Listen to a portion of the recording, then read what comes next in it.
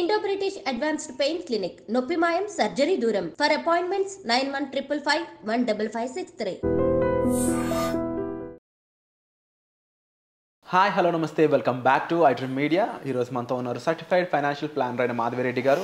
So 2025 new year రాబోతుంది కాబట్టి ఫైనాన్షియల్గా మనం ఎలాంటి డెసిషన్స్ తీసుకోవాల్సి ఉంటుంది, ఫైనాన్షియల్గా ఎలాంటి గోల్స్ పెట్టుకోవాల్సి ఉంటుంది, ఇవి పెట్టుకున్నట్లయితే లైఫ్లో మన లైఫ్ ఎంత ప్రొడక్టివ్గా ఉంటుంది తెలుసుకుందాం ఈరోజు ఎపిసోడ్లో.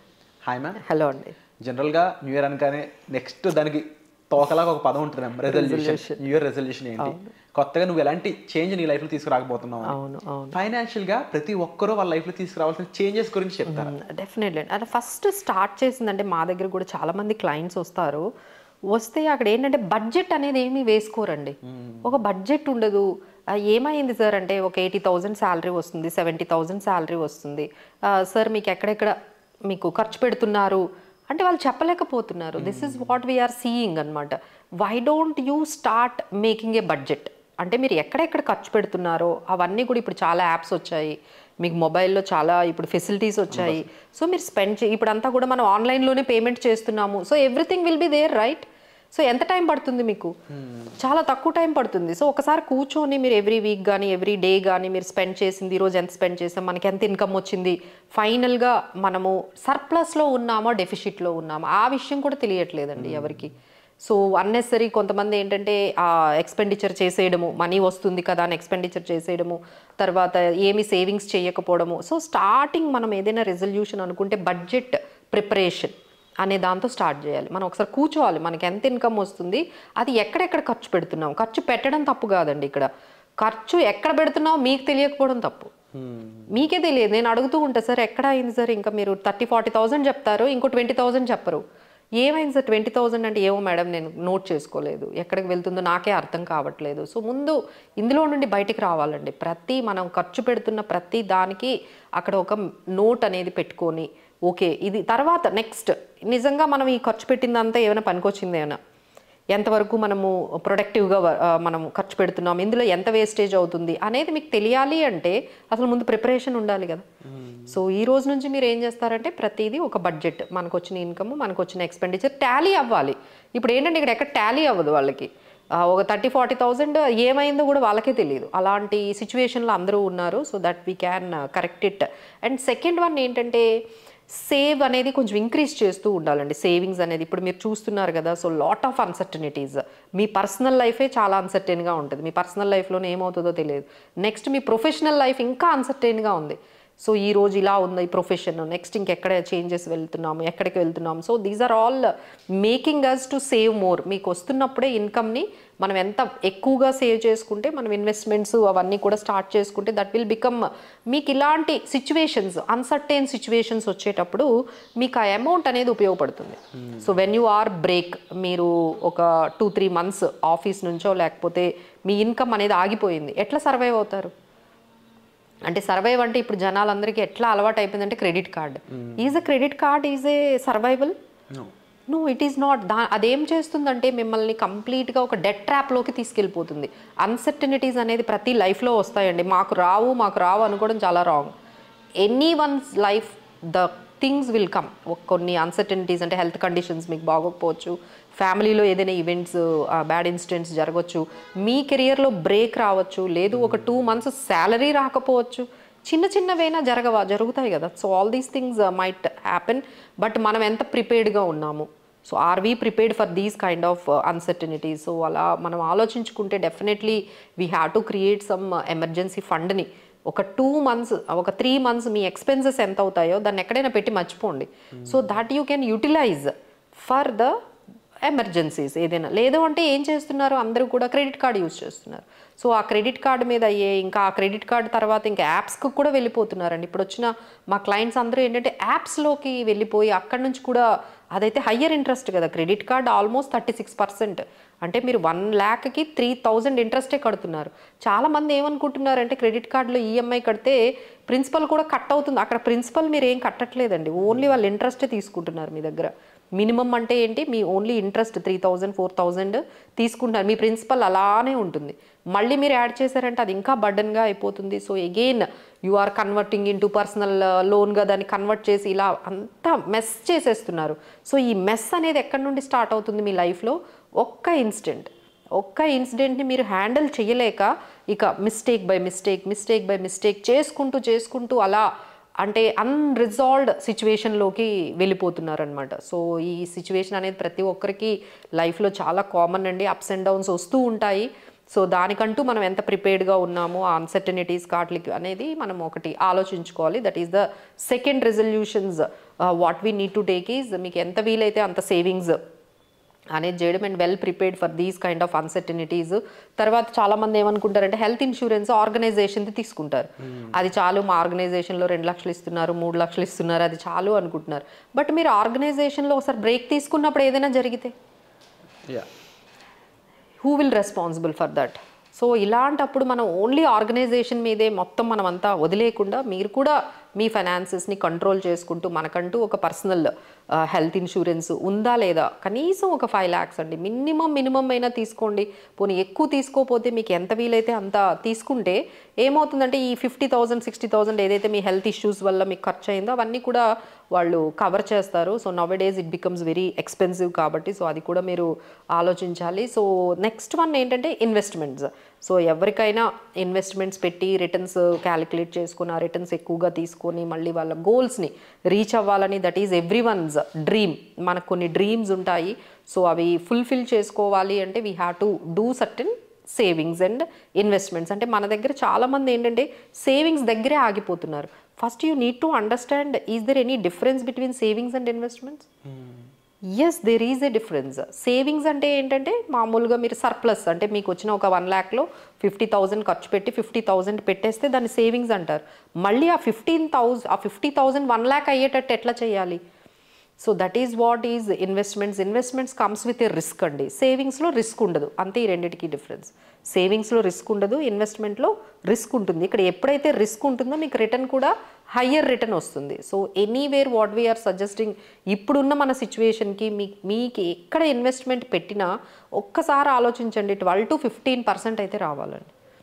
So make it a resolution wherever you are investing. ఎవరైనా మీకు వచ్చి ఏమైనా ఇలా చెప్పారనుకోండి, ఇందులో ఇన్వెస్ట్ చేయండి, ఈ ప్లాన్లో మనీ పెట్టండి, ఇక్కడ డబ్బులు పెట్టండి, ముందు వాళ్ళని అడగాల్సిన క్వశ్చన్ ఏంటంటే మినిమం వాళ్ళు ఎంత మనకి రిటర్న్స్ వస్తున్నాయి? 12 to 15% రిటర్న్.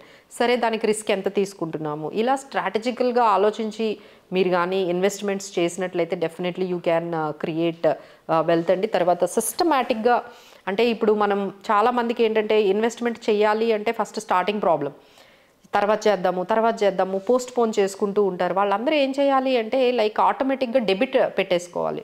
సో దీనివల్ల ఏమవుతుంది అంటే మనకి ఆటోమేటిక్గా డెబిట్ అయిపోతుంది అనుకోండి. మీ శాలరీ రాగానే 5th మనము ఆటో డెబిట్ పెట్టుకున్నాం అనుకోండి, అందులో 10,000 వెళ్ళి సేవింగ్స్లోకి వెళ్ళిపోతుంది. సో అదేంటంటే ఆటోమేటిక్గా జరిగిపోతుంది. సో మీరు చెయ్యాలి అంటే దట్ ఈస్ వెరీ టఫ్ అండి. So you can approaches so that what we can do is we are making it auto debit. మీ శాలరీ పడగానే 20,000 సేవింగ్స్ అనేవి వెళ్ళిపోతుంది. సో సేవింగ్స్ పర్సంటేజ్ మినిమం 20 ఉండాలండి. 20% సేవింగ్ నిజంగా మనం చేస్తున్నామా లేదా, అది మినిమం. 30% చేస్తే ఇంకా well and good.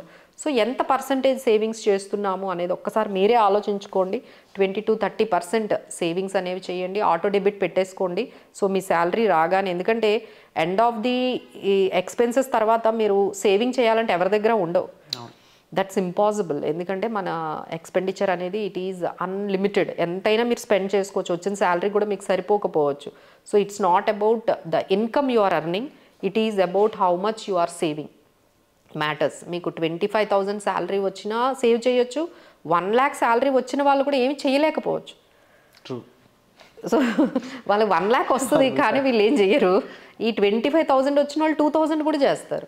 So it's all about అందరూ ఏమంటారంటే మేడం మా ఇన్కమ్లు ఏమున్నాయి, తక్కువ ఇన్కమ్లు కదా, మేము ఏం చేయగలము.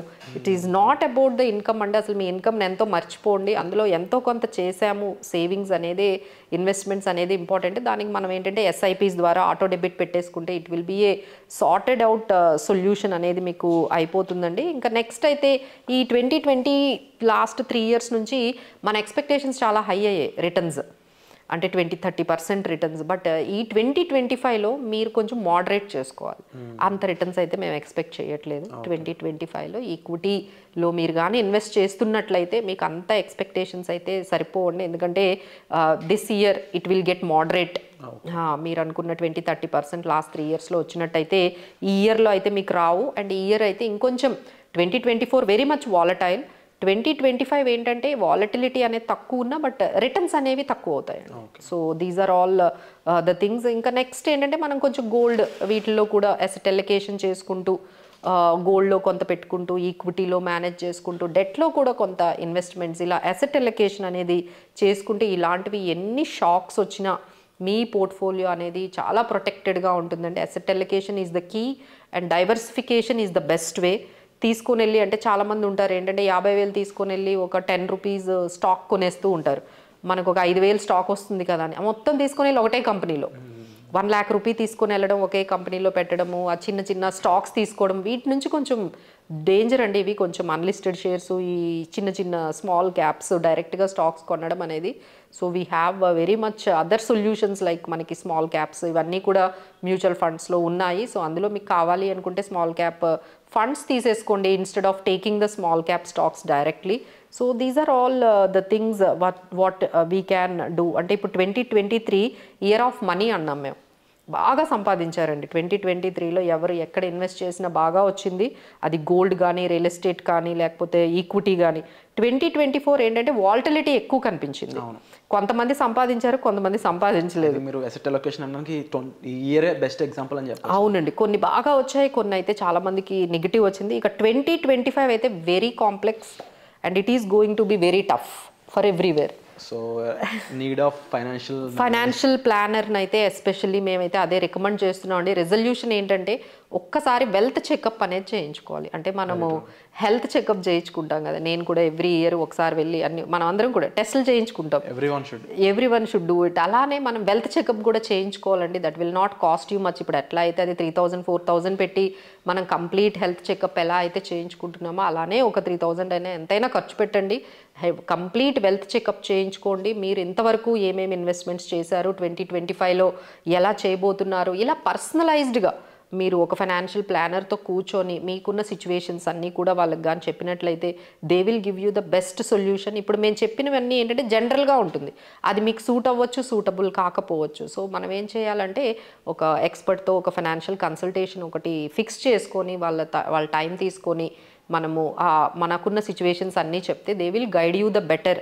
ఎట్లా చేసుకోవాలి, ఏం తీసుకోవాలి, ఏం తీసుకోకూడదు. చాలామందికి ఇల్లు కొనుక్కోవాలా, రెంట్లో ఉండాలా, 2025లోనైనా ఇల్లు కొనుక్కుందాము, ఇలాంటివి చాలా ఉంటాయి. బట్ కార్ తీసుకుందాము, తీసుకోవాలా వద్దా, దెర్ ఆర్ మెనీ కన్ఫ్యూజన్స్ ఉంటాయండి. దానికోసం మనకు క్లారిటీ రావాలి అంటే బెటర్ యూ సిట్ విత్ వాళ్ళు.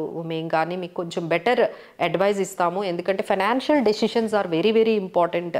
సో అవి మీరు ఓన్గా ఎక్స్పర్ట్తో మనం సంప్రదించకుండా తీసుకుంటే అది ఏమైనా రాంగ్ అయిందనుకోండి ఆ decision, you cannot take it back.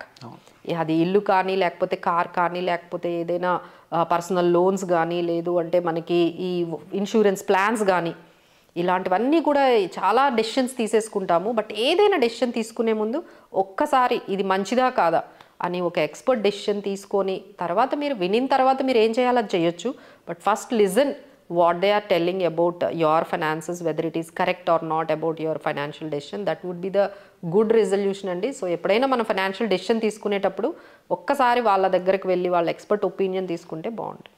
Wonderful ma'am. So పూర్తి వివరాలు అనేవి మ్యామ్ చెప్పడం జరిగింది ఈ ఎపిసోడ్లో. ముఖ్యంగా ఫైనాన్షియల్ చెకప్ అనేది చాలా ఇంపార్టెంట్ అండి, ఎందుకంటే దాన్ని బట్టి మనం ఎటువంటి సిచ్యువేషన్లో ఉన్నాము, ఎటువంటి సిచ్యువేషన్లో ఉండాల్సి ఉంటుంది, మన గోల్స్ ఏంటి, అవి మీట్ అవ్వగలమా అవ్వలేమా, అవ్వాలంటే ఏం చేయాలి, ఇలా ఒక హోల్ సినారియో మీద మనకు ఒక గ్రిప్ అనేది వస్తుంది. దాన్ని బట్టి మనకి క్లియర్ ఫైనాన్షియల్ వ్యూ అనేది ఏర్పడడం జరుగుతుంది. సో దానికోసం మీరు డిస్ప్లే అవుతున్న నెంబర్స్ కాల్ చేసి ఇమీడియట్గా ఈ వెల్త్ చెకప్ కోసం మీరు అపాయింట్మెంట్ అనేది బుక్ చేసుకోవచ్చు. సో వచ్చే ఎపిసోడ్లో మళ్ళీ కలుద్దాం. Thank you so much ma'am. Thank you.